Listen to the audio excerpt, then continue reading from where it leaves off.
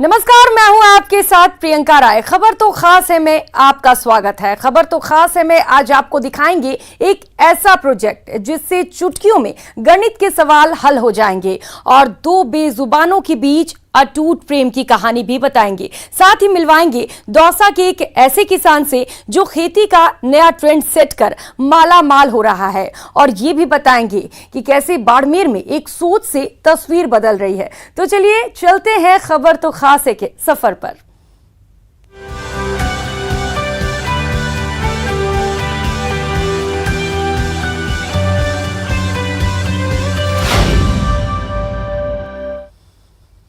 इंसान और बेजुबानों के बीच की कई कहानी आपने देखी सुनी होगी, लेकिन ये मामला दो बेजुबानों के बीच अटूट प्यार का है। ये कहानी दो घोड़ियों की है। इनमें से एक जब बीमार होने पर अस्पताल ले जाया जाने लगा तो दूसरी एम्बुलेंस के पीछे 8 किलोमीटर तक दौड़ती रही। दो बेजुबान बहनों के बीच प्यार की ये कहानी आपको भी इमोशनल बना देगी।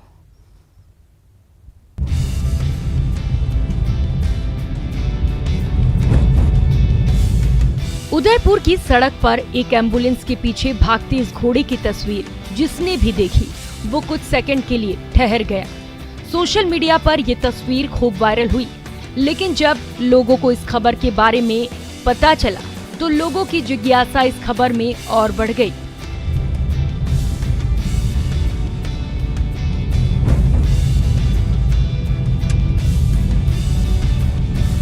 दरअसल ये तस्वीर एक बेजुबान के प्यार की कहानी बयां कर रही है। सड़क पर एक पशु एम्बुलेंस में एक बीमार की घोड़ी को इलाज के लिए ले जाया जा रहा है। दौड़ती कोई और नहीं, उसकी बहन है। एक घोड़ी के बीमार होने की कॉल पर एनिमल एंड सोसाइटी के लोग एम्बुलेंस लेकर हरिदास जी की मगरी क्षेत्र पहुंचे और उसे इलाज के लिए ले जाने लगे, लेकिन उसकी बहन भी एम्बुलेंस के पीछे करीब 8 किलोमीटर तक दौड़ती हुई अस्पताल तक पहुंची। रेस्क्यू करके और एम्बुलेंस में शिफ्ट करके हॉस्पिटल ला रहे थे, तभी एम्बुलेंस चालक ने देखा कि पीछे पीछे एक घोड़ी आ रही है। तो फिर हमने एम्बुलेंस धीरे धीरे 5 या 7 की स्पीड में लाए और हॉस्पिटल घोड़ी को लेके आए इलाज के लिए। तो देखा कि जो उसकी बहन थी वो भी एम्बुलेंस के पीछे पीछे साथ में आ गई। बेजुबानों के बीच रिश्ते और भावना को बताने वाले इस तस्वीर को जिसने भी देखा वो इसका कायल हुए बगैर नहीं रह पाया। यह मेवाड़ है। यहाँ पर चेतक ने भी स्वामी भक्ति के लिए महाराणा प्रताप जी को बचाने के लिए अपने प्राणों की आहुति दे दी थी। यहाँ के कण कण में प्रेम स्नेह है। यह घटना जिस प्रकार से वायरल हो रही है, यह मेवाड़ की मिट्टी को, मेवाड़ के प्रेम को और मेवाड़ के स्नेह के साथ आपसी भाईचारा को दर्शाती है। एनिमल एंड सोसाइटी ने दूसरी घोड़ी को भी अपने हॉस्पिटल में बीमार घोड़ी के पास में रखा है। फिलहाल दोनों घोड़ी हॉस्पिटल में हैं, जहां एक का इलाज चल रहा है तो दूसरी उसके समीप मौजूद है। बेजुबानों के बीच का ये प्यार अब लोगों की जुबान पर है। Kapil Shrimali, news 18 network, Udaipur.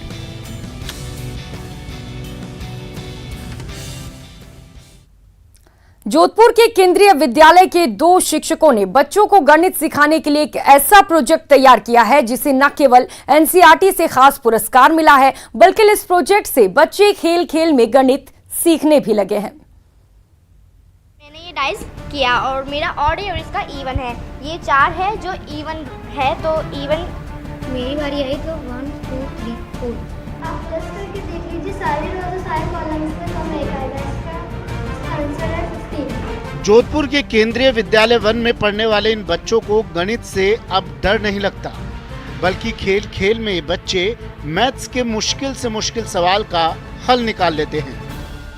हमें मैथ्स से डर नहीं लगता। जो पहले लोग मैथ्स से डरते कि अरे इसमें कैलकुलेट करना पड़ेगा, बहुत याद करना पड़ेगा, उसको रटना पड़ेगा, इसे गेम समझ कर इसे खेले तो बहुत बेनिफिट होगा हमारा। और हमको एडिशन में ना डर भी नहीं लगेगा, एडिशन हमारे लिए इजी रहेगा। अगर हमें मैथ्स नहीं आती है तो हम इसे इजीली सीख सकते हैं, और अगर हमें मैथ्स से डर भी लगता है तो ये हमारे लिए एंजॉय हो सकता है। इन बच्चों के दिलों में मैथ्स के प्रति डर निकला है शिक्षक दंपति पंकज सोरल और सुमन सोरल की मेहनत की वजह से, जिन्होंने maths phobia now no more amazing maths ये दिल मांगे मोर नाम का प्रोजेक्ट तैयार किया है। Maths phobia now no more, amazing maths ये दिल मांगे मोर। गणित का जो भूत है उसे बच्चों के लिए बहुत ही आसान तरीके से समझाने के लिए नवाचार किया गया है जोधपुर के केंद्रीय विद्यालय क्रमांक 1 के अध्यापकों द्वारा, और इसे एनसीईआरटी के द्वारा प्रथम पुरस्कार के लिए भी चयनित किया गया है। ये प्रोजेक्ट बनाने वाले पंकज सोरल और सुमन सोरल का कहना है कि एक समय में उनकी बेटी को गणित से डर लगता था और उसे दूर करने के लिए उन्होंने कुछ खास ट्रिक्स अपनाए थे, और अब उन्होंने उन्हीं ट्रिक्स को गेम्स की शक्ल देकर नया प्रोजेक्ट बनाया है जिससे बच्चे खेल खेल में मैथ्स के प्रॉब्लम सॉल्व कर सकते हैं। सबसे पहले हमने इनको इंस्ट्रक्शनल शीट्स के माध्यम से बहुत सारे खेल कराए। जैसे इनका जो मोबाइल नंबर होता है, अपने मोबाइल नंबर से ये अपने जन्म की तारीख निकाल लेते हैं। तो मोबाइल नंबर को कुछ उनमें से डिजिट्स लेके उसको बड़ा डिजिट बनाना, छोटा डिजिट बनाना, एडिशन करना, सब्ट्रैक्शन करना, अपनी जन्म की तिथि ये निकाल लेते हैं। उसी मोबाइल नंबर से सर ये अपना जो जन्म का साल है इनका, ये वो भी निकाल लेते हैं। Maths phobia now no more, amazing maths ये दिल मांगे मोर। पंकज सोरल और सुमन सोरल के बनाए प्रोजेक्ट को एनसीईआरटी की ओर से national award for innovative practices and experiment in education for school and teacher education award दिया गया है। इस स्कूल के प्रिंसिपल का कहना है कि कमाल का नवाचार है जिससे बच्चों को काफी फायदा हो रहा है। बच्चों को खेल खेल में गणित की संक्रियाओं को, जैसे बोर्ड मास हो, डेसिमल का कंसेप्ट हो, परसेंटेज का कंसेप्ट हो, प्राइमरी क्लास के बच्चों को खेल खेल में और उनको एक मोटिवेशन के साथ साथ गेम जीतने के हिसाब से इस हिसाब से डिजाइन किए गए हैं कि वो इसको सीख जाते हैं। प्रायोगिक तौर पर अभी 5वीं कक्षा के बच्चों के लिए प्रोजेक्ट बनाया गया है। इसके साथ ऐसा ही प्रोजेक्ट दूसरी क्लासेस के लिए भी तैयार किया जा रहा है। रंजन दवे, न्यूज़ 18 राजस्थान, जोधपुर। और अब आपको मिलवाते हैं एक अनोखे कलाकार से जो विदेश से आकर बीकानेर में ऐतिहासिक इमारतों की जीवंत तस्वीर कैनवास पर उतार रही है। बीकानेर में विदेशी कलाकारों का अनोखा संगम।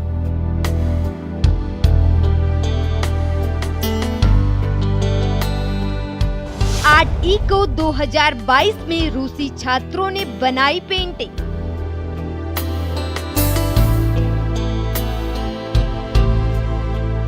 रशियन कलाकारों ने कैनवस पर उतारी जीवंत तस्वीर।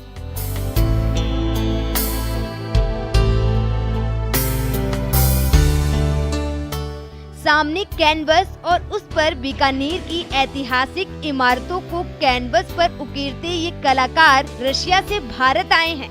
ये कलाकार श्रेयसी इंटरनेशनल की ओर से आयोजित annual art project art eco 2022 के तहत अपनी कला दिखा रहे हैं। रशिया से आए 9 कलाकारों ने राजस्थान की ऐतिहासिक इमारतों की पेंटिंग बनाई, जिसका एग्जीबिशन बीकानेर, जयपुर और राजधानी नई दिल्ली के साथ अंत में रूस की राजधानी मॉस्को और सेंट पीटर्सबर्ग में किया जाएगा। ये लोग अलग अलग देशों से हैं। इस वक्त यहाँ पे ज़्यादातर आर्टिस्ट जो हैं वो रशिया से आए हुए हैं और हमारे हिस्टोरिकल जगहों की जितनी भी सांस्कृतिक धरोहर है हमारी, उनकी पेंटिंग्स बना रहे हैं। इनकी आखिर में 1 तारीख को एक एग्जीबिशन लगेगी बीकानेर में, उसके बाद इसकी एग्जीबिशन लगेगी जयपुर में, और जो इन सारी पेंटिंग्स को हमारा ये कार्यक्रम 14 जून तक चलेगा। अलग अलग सिटीज़ में, स्टेट्स में, कश्मीर से लेके लेह तक जाएंगे, और फाइनल जो एग्जीबिशन है वो सेंट पीटर्सबर्ग और मॉस्को में भी लगेगी। आर्ट इको में शामिल होने आई रूसी छात्रा एट्रीना ने कहा कि ये उनकी पहली भारत यात्रा है। हम लोगों ने एक अद्भुत देश की यात्रा कर यहाँ की ऐतिहासिक धरोहर को देखकर रोमांचित हुए। एट्रीना ने यूक्रेन और रशिया के युद्ध पर अपनी प्रतिक्रिया देते हुए कहा कि युद्ध से किसी का भी भला नहीं होगा। This is our first visit to India. We are very interesting to see amazing country, get acquainted with Indian artists, visit various beautiful places and paint our pictures. There are a lot of impressions. We are delighted with all around. I think that Russia and Ukraine are friends. Art eco 2022 के तहत देश और विदेश से आए 84 कलाकार 10 दिवसीय camp में शामिल हुए हैं, जिसमें से 9 रशियन कलाकार बीकानेर में ऐतिहासिक धरोहर की जीवंत पेंटिंग बनाकर संस्कृति का आदान प्रदान का संदेश दे रहे हैं। न्यूज़ 18 बीकानेर। और अब बात दौसा के एक ऐसे किसान की जो इलाके के लिए प्रेरणा है। बंजर भूमि में थाई एप्पल बेर लगाए 3 साल में माला माल हो गए हैं और हर साल अब लाखों की कमाई कर रहे हैं। ये रिपोर्ट देखिए। एक आइडिया से चमकी किसान की किस्मत। थाई एप्पल बेर की बागवानी ने किया कमाल। किसान विजय सिंह हो गया माला माल। खेती का नया ट्रेंड, आमदनी की गारंटी।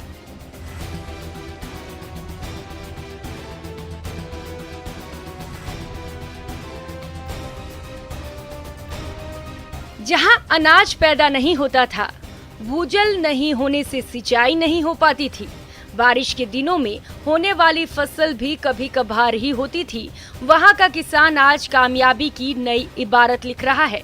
मुनाफे से माला माल हो रहा है।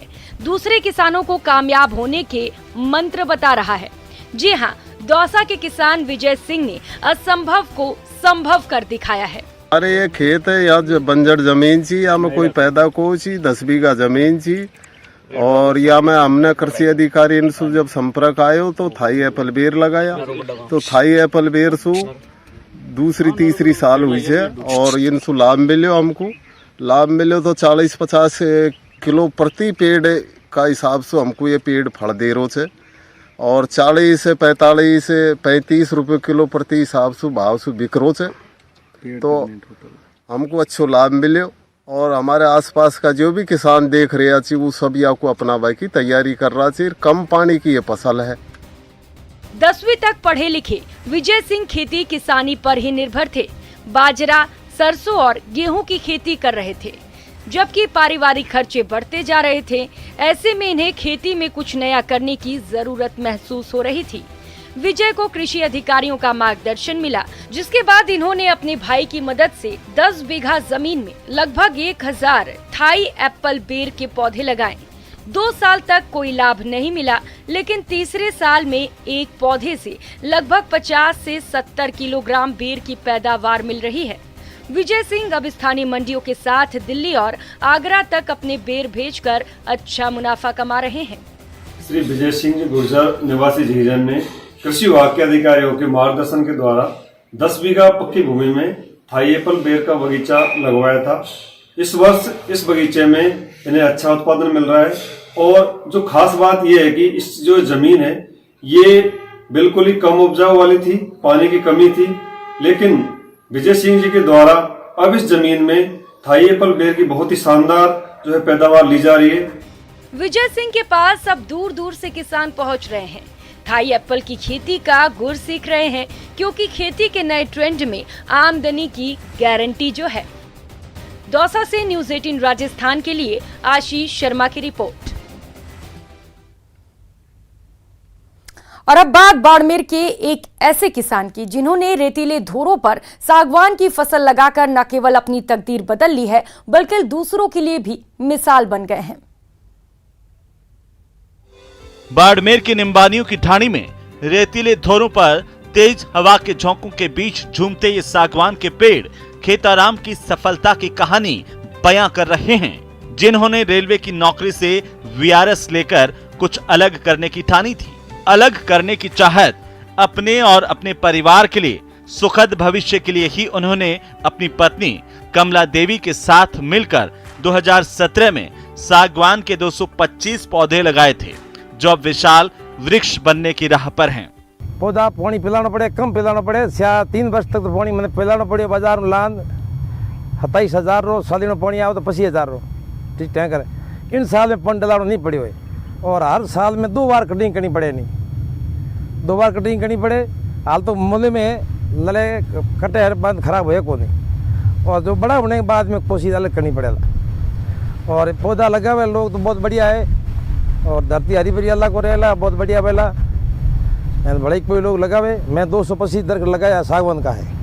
रेतीले धौरों पर कंटीली झाड़ियों के अलावा कुछ और नहीं उगता, लेकिन विपरीत परिस्थितियों से हार मानने की जगह खेताराम ने कृषि वैज्ञानिकों की सलाह और अपनी मेहनत से वो कर दिखाया जो यहाँ के ज्यादातर किसान सोच भी नहीं सकते। वर्तमान में किसानों ने नवाचार करके इस तरह के पौधे बाड़मेर जिले में लगाए हैं और जिस तरह से एक ही जगह पर 250 पौधे सागवान के जो लग रहे हैं, और यह एक महिला का एक अच्छा उदाहरण है। और इस तरह के नवाचार विभिन्न फसलों में भी किए और सागवान के और भी किसानों ने इस तरह के लगवा के, और सागवान एक बहुत बड़ी इमारती लकड़ी है जो कि विभिन्न फर्नीचरों में और बहुत जगह काम आती है। खेताराम ने सागवान के जो पेड़ लगाए हैं वो अगले 15 साल में कटने लायक हो जाएंगे और उस वक्त इससे जो आय होगी उससे इनका परिवार मालामाल हो जाएगा। वैसे आपको बता दें, खेताराम सिर्फ सागवान की वजह से चर्चाओं में नहीं है, बल्कि कुछ दिनों पहले ब्रोकली की खेती की वजह से भी वे चर्चाओं में आए थे और इस वक्त भी उनके खेतों में बेर, आंवला, अनार, मौसमी, नींबू और चीकू जैसे कई फलदार पौधे लहला रहे हैं। न्यूज़ 18 राजस्थान के लिए बाड़मेर से प्रेमदान की रिपोर्ट। मरुधरा की बूंदी में जिला प्रशासन, नोबेल पुरस्कार विजेता कैलाश सत्यार्थी की टीम और विभिन्न विशेषज्ञ संस्थानों की मिलकर कंजर समुदाय का पिछड़ापन दूर करने और उन्हें समाज की मुख्य धारा से जोड़ने के लिए विशेष प्रयास कर रहा है। कंजर समुदाय का होगा कायापलट। ऑपरेशन अस्मिता से सुधरेगा जीवन स्तर। विशेषज्ञ संस्थाओं की मुहिम लाएगी रंग। बालिकाओं को मिलेगा बेहतर बचपन।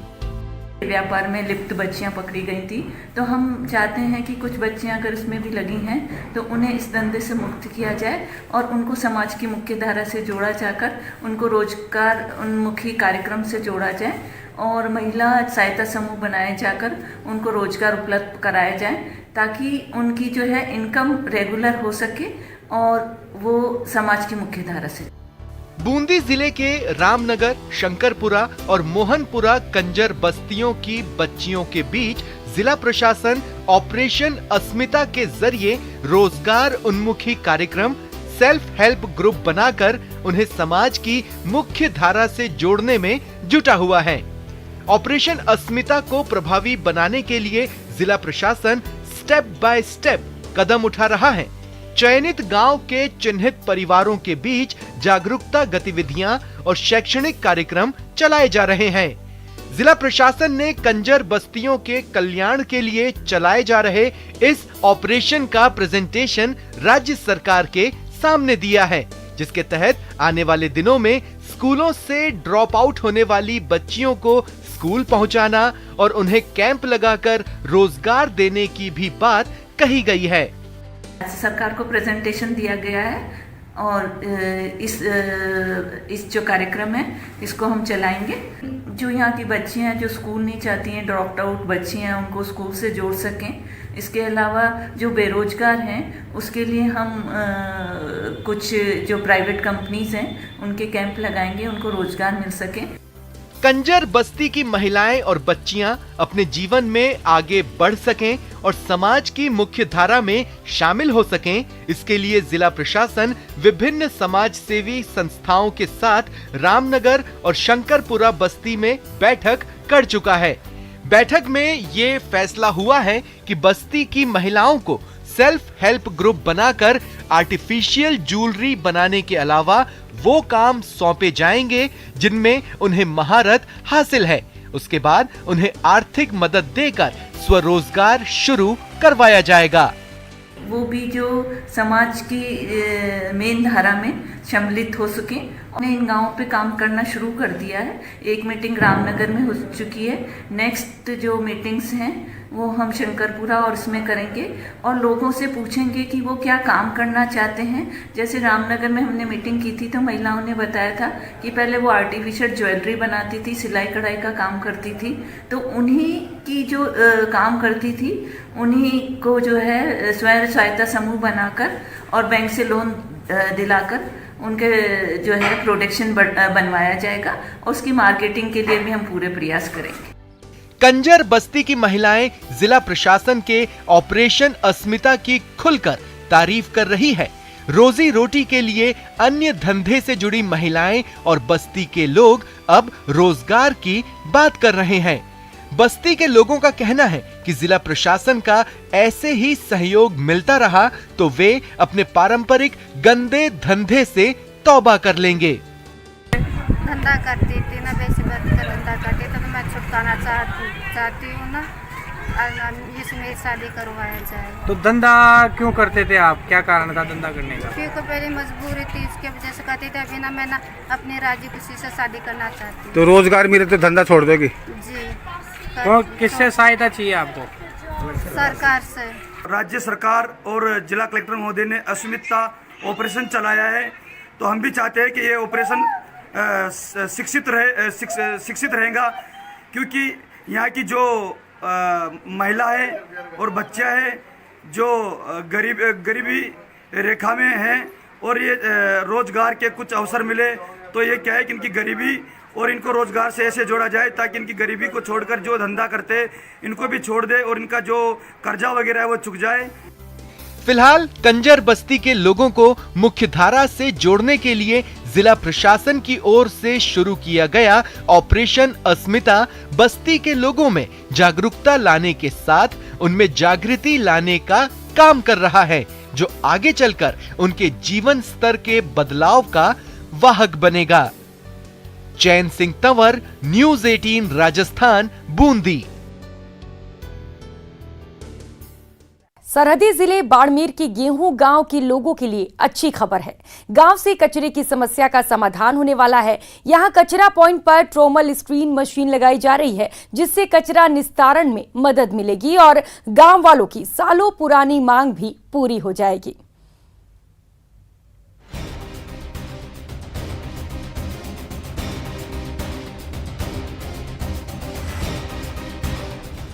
ट्रोमल स्क्रीन मशीन गांव का कायापलट कर देगी। ये मशीन कमाल करने वाली है। आइए जानते हैं ये काम कैसे करेगी। जब सूखे कचरे को मशीन में डालेंगे तो उसमें से पत्थर, रेत, पॉलिथीन अलग अलग हो जाएंगे। फिर इससे खाद बनाई जाएगी। पॉलिथीन और दूसरा सामान कारखानों में काम आ सकेगा। इस तरह से गांव से कचरे की सफाई होगी। गांव वाले काफी समय से इसकी मांग कर रहे थे। उनका कहना है अब ट्रोमल मशीन लगने से गंदगी के साथ साथ बीमारियों से भी मुक्ति मिलेगी। काम का गंदे नौकिया से बाड़मेर से गेहूँ तो खाने रोटी खाने से गेहूँ रहे बड़ी मुश्किल थी। हमें ये मेवारा भी एमएलए साहब को धन्यवाद है, ये मशीन लगाई है तो मशीन लगाइए गंदगी मिट जा तो हमारा गाँव सुधार हो जा। गांव में कचरा जमा होने से ग्रामीण काफी परेशान थे। इसके खिलाफ कई बार प्रदर्शन भी किया गया। आखिरकार बाड़मेर विधायक और वर्तमान राजस्थान गौ सेवा आयोग अध्यक्ष मीवाराम जैन ने साउथ वेस्ट माइनिंग कंपनी से बात की और मशीन लगाने का रास्ता साफ हुआ। इसके बाद CSR मद से यहां मशीन और JCB मशीन लगाई गई। गेहूं के कचरा पॉइंट में लगी मशीन की मॉनिटरिंग नगर परिषद करेगी। कचरा साफ करने के लिए टेंडर किया जाएगा। टेंडर जारी होने के 8 महीने के अंदर कचरे का निस्तारण किया जाएगा। ये वेस्ट मैनेजमेंट कोई भी शहर के लिए बहुत इम्पोर्टेंट है और जो लेगेसी वेस्ट यहाँ पे पड़ा था उसके लिए कार्य योजना बनाई गई और उसमें जो प्लास्टिक वेस्ट है उसको किस तरह से अलग किया जाए श्रेडर मशीन के थ्रू, उसमें जो फंड्स की रिक्वायरमेंट थी उसके लिए मैं धन्यवाद देना चाहूँगा SWML का कि उन्होंने वो आ गया है और उन्होंने मशीन प्रोवाइड की। इसके अलावा जो वेट वेस्ट है उसको भी कंपोस्टिंग अब यहाँ शुरू की जा रही है। तो आगे जो एक बार लेगेसी वेस्ट को हम पूरा ट्रीट कर लेंगे, जब ये यहाँ से डंप पड़ जाएगा तो जो भी पर डे वेस्ट आता है उसको उसी दिन वेट वेस्ट और ड्राई वेस्ट में अलग किया जाकर और ट्रीट किया जाए। बाड़मेर शहर की और यहाँ के ग्रामीण वासियों की सबसे गंभीर समस्या इस ठोस कचरा की थी और जिसकी वजह से सब प्रभावित हो रहा था, शहर प्रभावित हो रहा था, यहाँ के ग्रामीण प्रभावित हो रहे थे। और ये जो समस्या है इसका जो आज समाधान होने जा रहा है, अभी विद्युत उद्घाटन हुआ। मैं साउथ वेस्ट के कंपनी को, नगर परिषद को, प्रशासन को, कलेक्टर साहब को, सबको धन्यवाद देना चाहूँगा कि सभी ने इसमें सहयोग किया। गांव के लोगों का संघर्ष अब जाकर रंग लाया है। गांव को साफ सुथरा रखने की ग्रामीणों की जिद के आगे प्रशासन को झुकना पड़ा। देर से ही सही गांव वालों की जीत हुई। ट्रॉमल मशीन लगने से अब गांव साफ सुथरा नजर आएगा। कचरे के ढेर अब गांव में नहीं दिखाई देंगे। गांव में बीमारियां भी कम होंगी। तभी तो गांव असल में खुशहाल होगा। न्यूज़ 18 राजस्थान के लिए बाड़मेर से प्रेमदान देथा की रिपोर्ट। खबर तो खास है में फिलहाल इतना ही। मुझे दीजिए इजाजत। नमस्कार।